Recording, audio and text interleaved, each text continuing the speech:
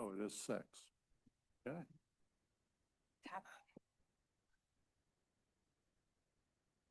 Good evening.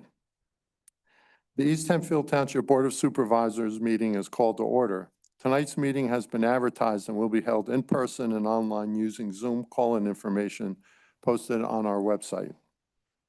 The video and audio is being recorded. Robert's Rules of Order will apply. In order to offer comment, you must be a resident or business owner in the township. Comments must be about the agenda item being discussed and are limited to 3 minutes. If speaking in person, please go to the podium, identify yourself by name and address before speaking, and sign the guest log on the table. If commenting on Zoom, follow the chat procedure. We provide time for public comment on any topic towards the end of the meeting. We will only take action on agenda items. Please join me and rise for a moment of silence, followed by the Pledge of Allegiance.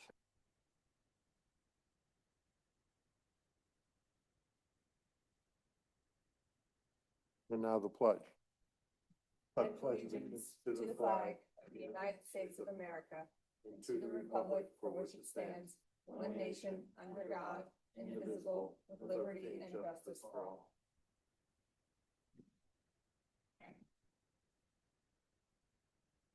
The first item on our agenda is our community interest section, where we ask locations in the community that the board is affiliated with to come in and share share what they do so we can learn more about them. So tonight we have Jeff Book from the Hempfield Area Recreation Commission. Well, it's nice to see some familiar faces here. And for those that don't know, I'm the executive director of the Rec Center. Been there since 2005 and then previous in the last 7 years as the director.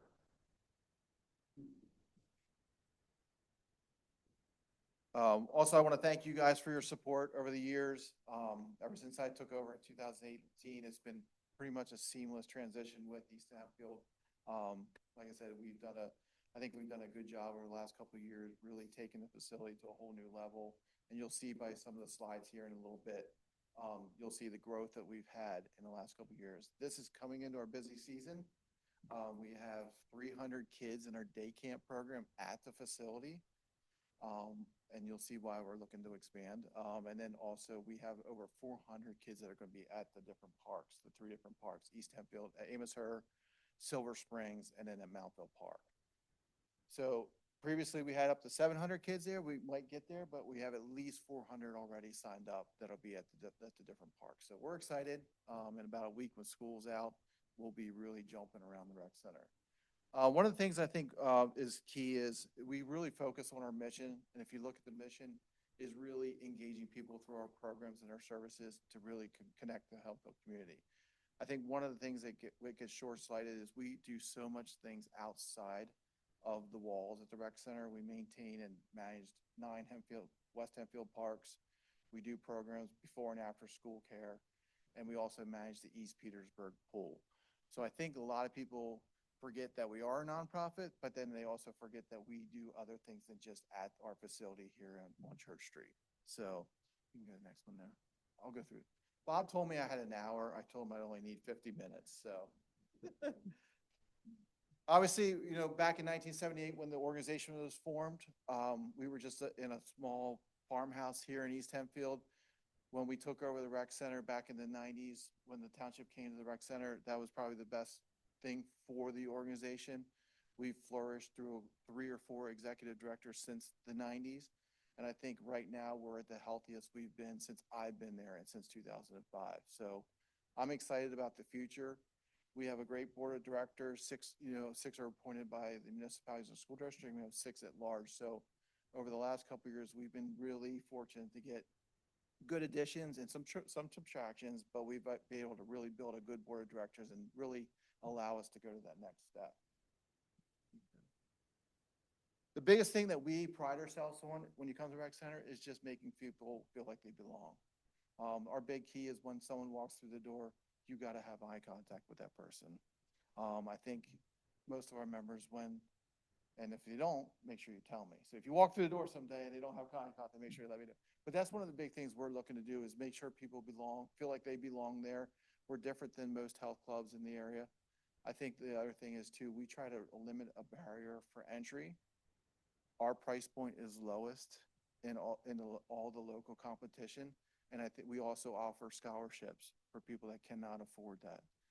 So we do fundraising events like our golf tournament, our pros tennis tournament, our 5Ks, our triathlon, they're all geared for scholarships. So when people can't afford a membership or can't afford swim lessons for their kids, they can apply, and we take that money and use that to subsidize those programs. So a lot of things we do that people don't understand, and that's why I kind of want to show you guys all the good things that we are doing over there.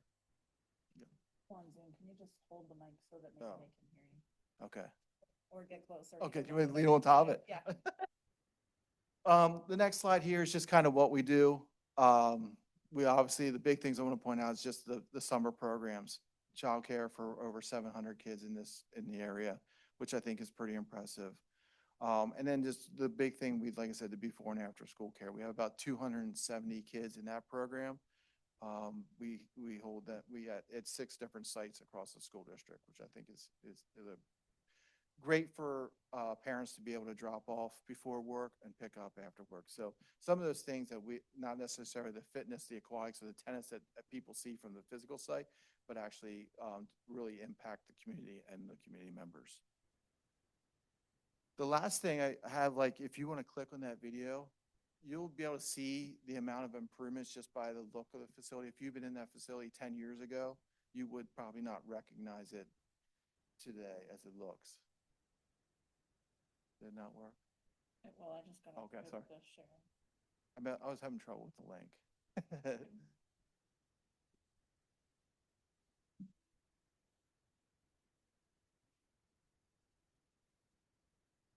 We have 10 outdoor tennis courts, 6 indoor courts. We just climate controlled all 6 indoor courts. They didn't have air conditioning, so now they'll have heat and air conditioning. We'll be the only indoor tennis facility in the local region.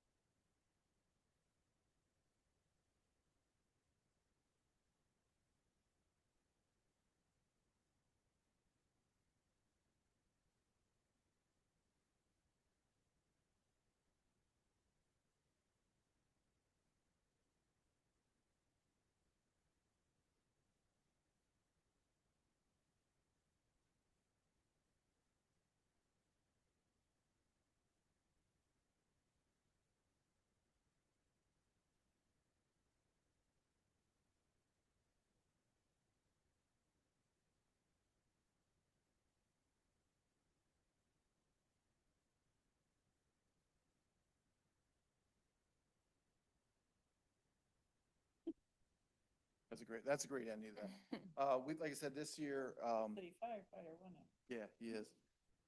Since 2021, we've done over $3 million in capital improvements to the facility.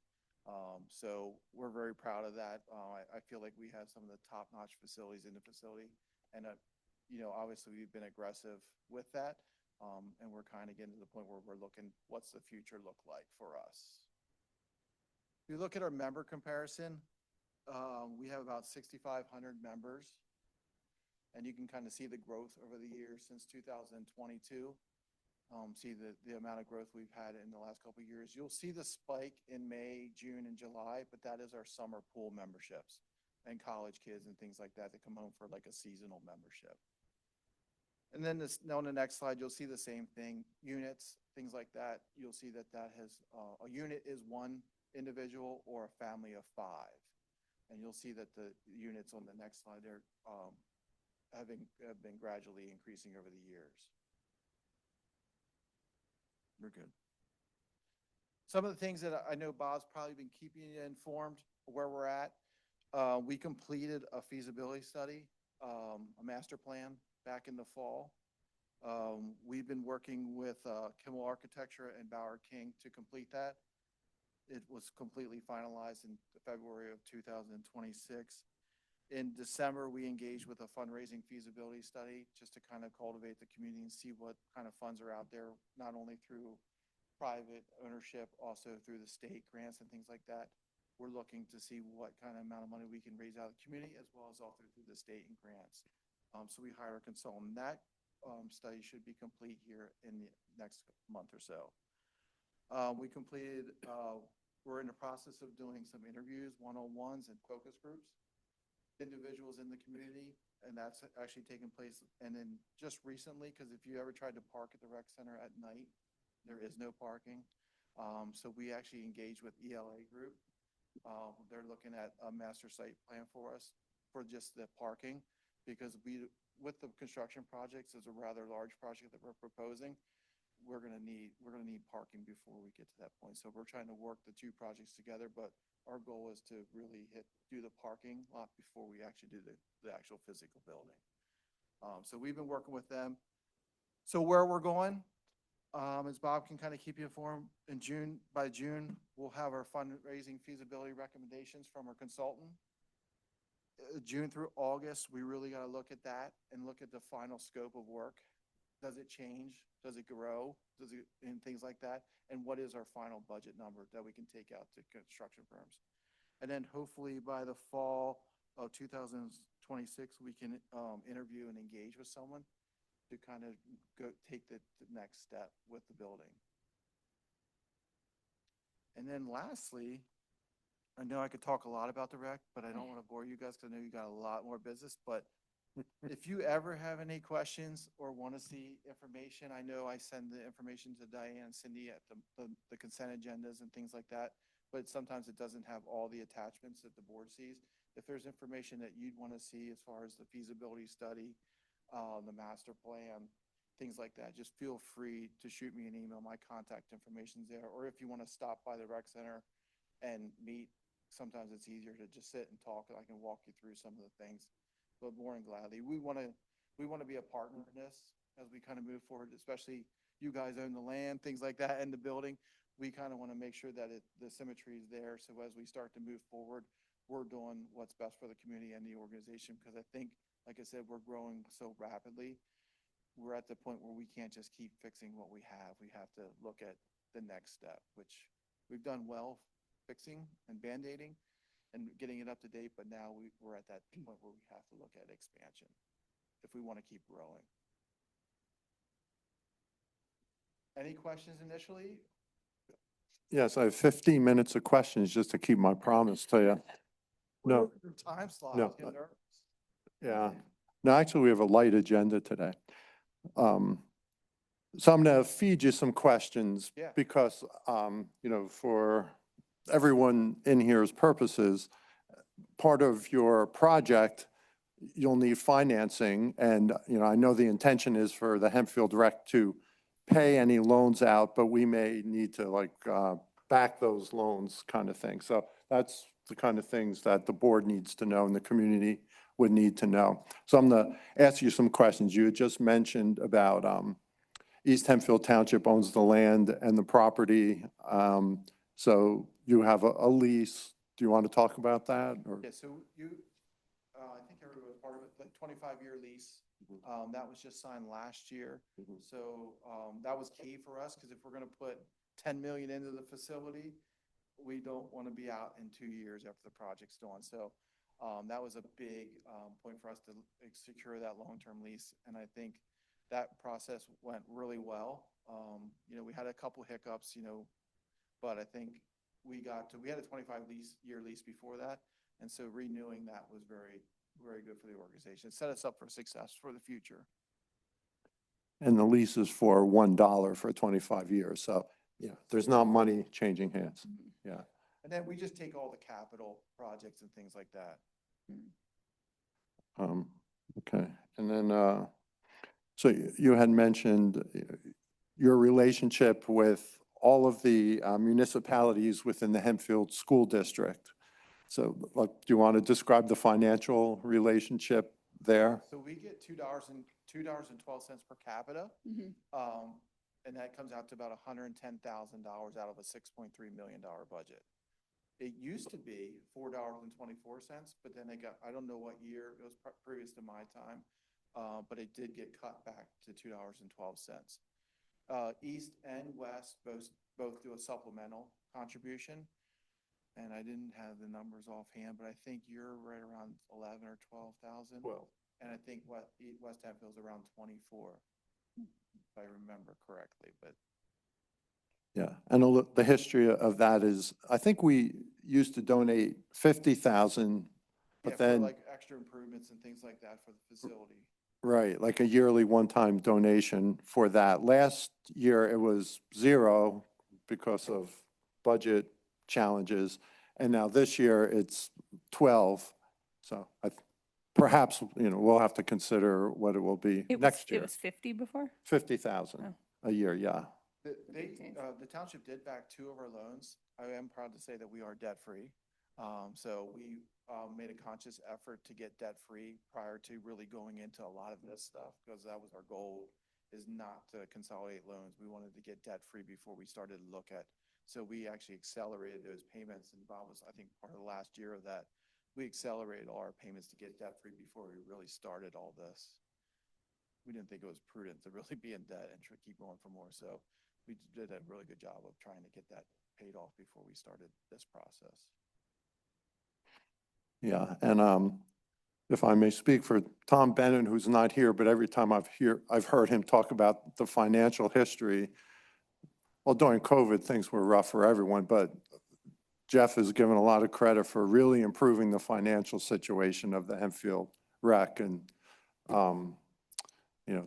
I suspect things were pretty rough years ago, but things are looking much better now, right? I remember standing here back in probably 17, and we were asking for backing on a $210,000 unit for our HVAC for our pool, and it didn't go well. But now, I'm happy to say we can handle that ourselves. But we were, just because we didn't have the finances to really pay for that at that time. So I'm pleased to see that that is something that we can easily handle now. But Diane, I think you remember that conversation. I just have a question. I've only come during the day. Why don't you have parking at night? I missed. So just the amount of people. Oh, that come at night. I see. Okay. A lot of space. Okay. We just had someone last night. We were at a meeting, and they said that they couldn't find parking. They drove around for 10 minutes. Oh, wow. And that was it was decent. It was hot, but it was still a summer night. And winter time is really bad for us because that's our peak season.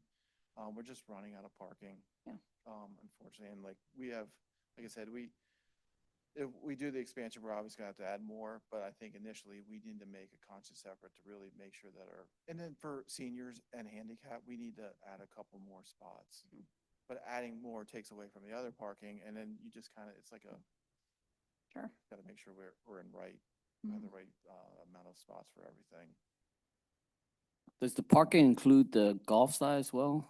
That they can park or they can't park because it's golf versus, That has been a comment we talked about, and one of the drawings and things like that was recommending like our Church Street entrance, lining that up with the golf course entrance, so that because pulling out of our Church Street entrance, if you're by where that cul-de-sac, like the carport is really dangerous because you have the straight lane and the left turn lane, and then you have oncoming traffic coming on the golf course side.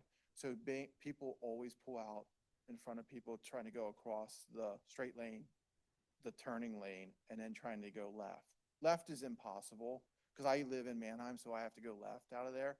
I just go right and go up by the school district because trying to get out of there at 4 or 5 o'clock is nearly impossible. So some of the thoughts in some of our drawings have the moving it up to match up with the golf course.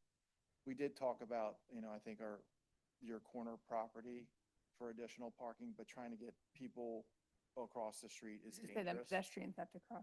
Yeah, it's dangerous. When we do like a swim meet for the high school, we usually hire fire police to stand there just to get people across.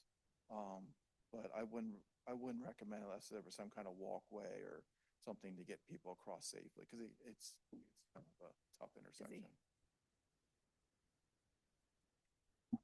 Well, my son is gonna be enrolled in swimming, so this summer, so maybe I'll see you around there. Yeah. I used to play tennis there too when there was no AC.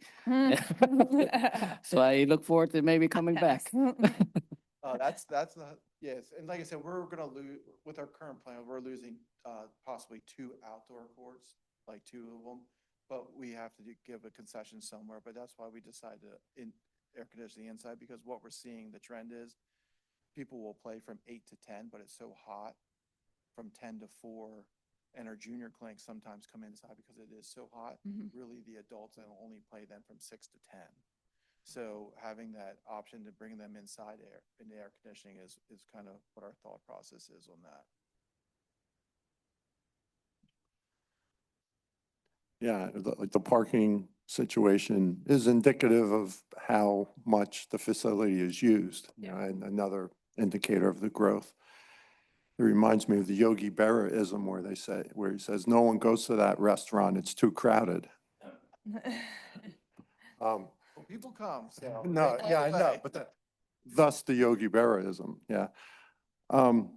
Yeah, so part of our responsibility as a township is to provide recreation for the community. And so I just want to thank you for everything you do over there to provide like a fantastic facility. And yeah, it just seems like things are well-run and Thank a you. lot of opportunities for a lot of different activities.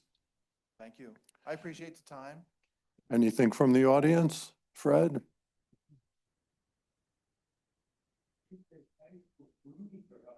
Yeah. Yeah, it's not the most conducive environment because we don't have seating. So we roll in bleachers, stuff like that. It's really not the best environment, but it's the best option because yeah, available. They make it work. And we're different. So we were an outdoor pool, and it's an indoor pool. There's meters and yards different, so we have like it's different that way also. So their timing is a little bit different. They have a system that can correlate to different times. But yeah, we do. We actually host their tennis courts at the high school aren't as nice as ours. And so that afternoon hours from 3 to 5 is when we're really not really busy and when for 10 outdoor courts. So we actually let them use our tennis courts for their matches and things that way they're playing on mixed courts. Lancaster Bible College plays there also. For the same reason, their courts aren't as well. Do kids get bused for the aftercare program, or is that like No, so they're at every elementary school. oh, it's at the schools? Yeah, Oh, so it's at each school. That's Gotcha. the different sites. that's great. Yeah, we're talking with the school district now, because with the full day kindergarten option, I think there's still going to be some half day kindergartners as they transition. We're talking to them about possibly some care options for that also, which would help our program significantly. A lot going on. Yeah, that's a lot of moving parts. Yeah. And Carly and Alex are on the stormwater subcommittee too. So I think you've seen the Hempfield Rec project coming through. Isn't that We've one? had one meeting so far. We have another one coming up, I think. So that was a very educational meeting. I'm not sure we got too in depth about think our that next meet- project. I think Yeah. our next meeting is next Wednesday at 2:00 or something. Yeah, we just got some information from ELA Group. I had a meeting with them yesterday, but I haven't had a chance to look at the revised information. But it looked promising as far as the amount of impervious and things like that. All that stuff kind of blows my mind, you know, at some point, but like it looked, he was confident that it's something that would be appetizing for you guys too. It wasn't over the top, which we thought we might have been just with what we currently have in the site, but he was very pleased with how it came out when he put the building layout and the parking lot options. Do you employ a lot of teens at your summer camp, and are you hiring? No, we do. We do hire. That's a good thing. We do hire a lot of teens, and things like that. We are hiring. We always are hiring. Good to know. Yeah, we are never not hiring. So just to give you an idea, we have 175 employees right now. Mhm. And then in the summer, we'll go up to 240. So it just gives you an idea where we jump to. On your slide deck, it says 100,000 some, what does that mean? 1,000 member or N- 1,000. 100,000, I remember seeing something Maybe it was 100,000. a typo, but 1,000, let me see here. Oh, here we go. I got it right here, John.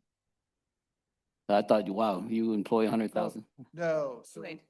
we're 100,000 people go through our doors throughout the year. Okay, good. So like so not only just members, we have 6,500 members, but through our programs and like, special events, we rent out the gym to Dayspring. So all those people, we have about 100,000 people going through our door a year. Not a day. I hope not a day. Might feel like it. Yeah, someday. All right.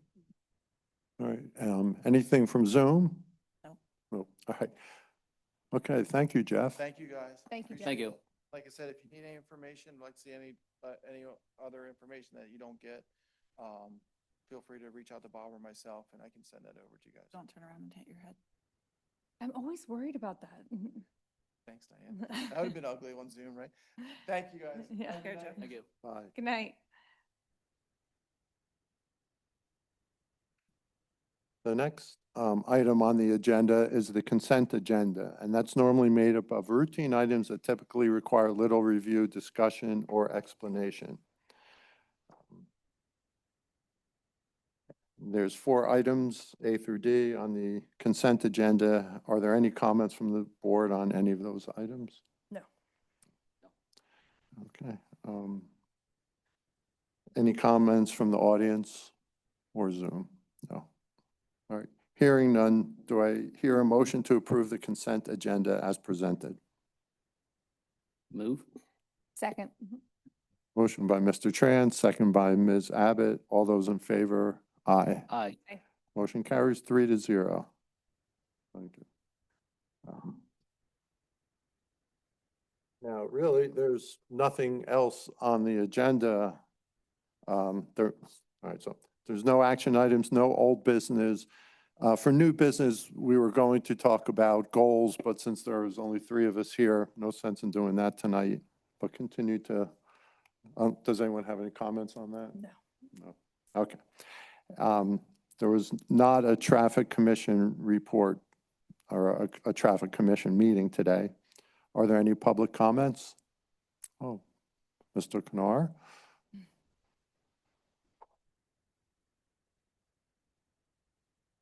Fred Knar, 109 Clover Circle. 2 comments. Heading north on Centerville Road, coming from BJ's, heading towards the 30 Bridge. McDonald's is on the right. And say 2 weeks ago, you know, my wife were heading towards the bridge and somebody came down and went into the exit of McDonald's. That's an exit now, but they're still continuing to use that as an entrance. It was pretty scary because I know it's an exit, so I wasn't expecting anybody. And it was a topic of discussion when McDonald's was here and they said, don't worry about it, it'll never happen. Well, it happened in front of me, so I just thought I'd bring that up in case there's any kind of accident or anything there. There's a very likelihood that it can happen again. Is that, you're familiar with where I'm talking about and everything? Because originally there was a discussion of having some kind of divider there so people couldn't cross the line and go into the exit. So that was comment number 1. Comment number 2 is door-to-door sales crept up this week. I don't know if anybody else had them. We had Anderson come by and I asked him about his township ID and he showed me a little badge and life was good. John Chesters, who normally fills in at some of these meetings, he had Anderson and Solar come, and when he asked about the ID card from one of them, he was told the manager has the card. So it sounds like instead of them getting 1 per person, whatever company that was, they decided that they could just buy 1 and then run the township with it. So I don't think that's the expectations of the township. No, and the police department won't do that. They won't issue them just 1 card if it's a company coming in. So if you're getting that response, you feel free to send them back to the police And John department. did say he he contacted the police yesterday. Then that's So all he that asked we me to need. say that on his behalf, because he's not covering this meeting, I'm covering this meeting. So I just wanted to get those two things across. Just, I mean, one is just annoying and one is actually breaking the law. Right. The other one is kind of scary, so, Mm. but that's it for this evening. Thank you. Thank you. And Fred, did you get the opinion that the first incident that you talked about, I know he showed you something, but did you feel like it was legitimate that they did go to the police and It and was a got the little license? colored card about this big. I am pink, orange, something, I don't know, it was like that. I didn't ask to see his name. I didn't ask for identity because they may have one also that they rotate around. So I don't know. I'm just reporting what we're I actually seeing. didn't know to ask for that, so I'm excited now. I'm gonna That's my first question. pull rank on the next person that comes. Yeah. So basically, when they solicit, they have to have an ID, register ID of Correct. somebody's company? Last year, the board added to our ordinances a solicitation ordinance. Mhm. They're required to come into the police department, register, get a permit. That permit is an ID card-sized piece of fluorescent cardstock that has the information on it for their solicitation permits provided by the police department. It's laminated. It's $100 per permit. And every individual going door to door is required to have them. So when a company comes in and says, we need a permit, they ask how many employees. They don't just give them like Brightspeed Wireless. If they come and they're going to go door to door, it's not a single permit. It's how many employees do you have going? So it's 100 per card. It's 100 per individual permit. It's a long process for the police department. It pulls people away from other things. Yeah. So that was what the board determined was the appropriate fee. I can't wait to ask next time someone comes to my door. Me too. Yeah. Thank you, Fred. Anything else from the audience or Zoom? Okay, hearing nothing, the meeting will be adjourned at 6:33.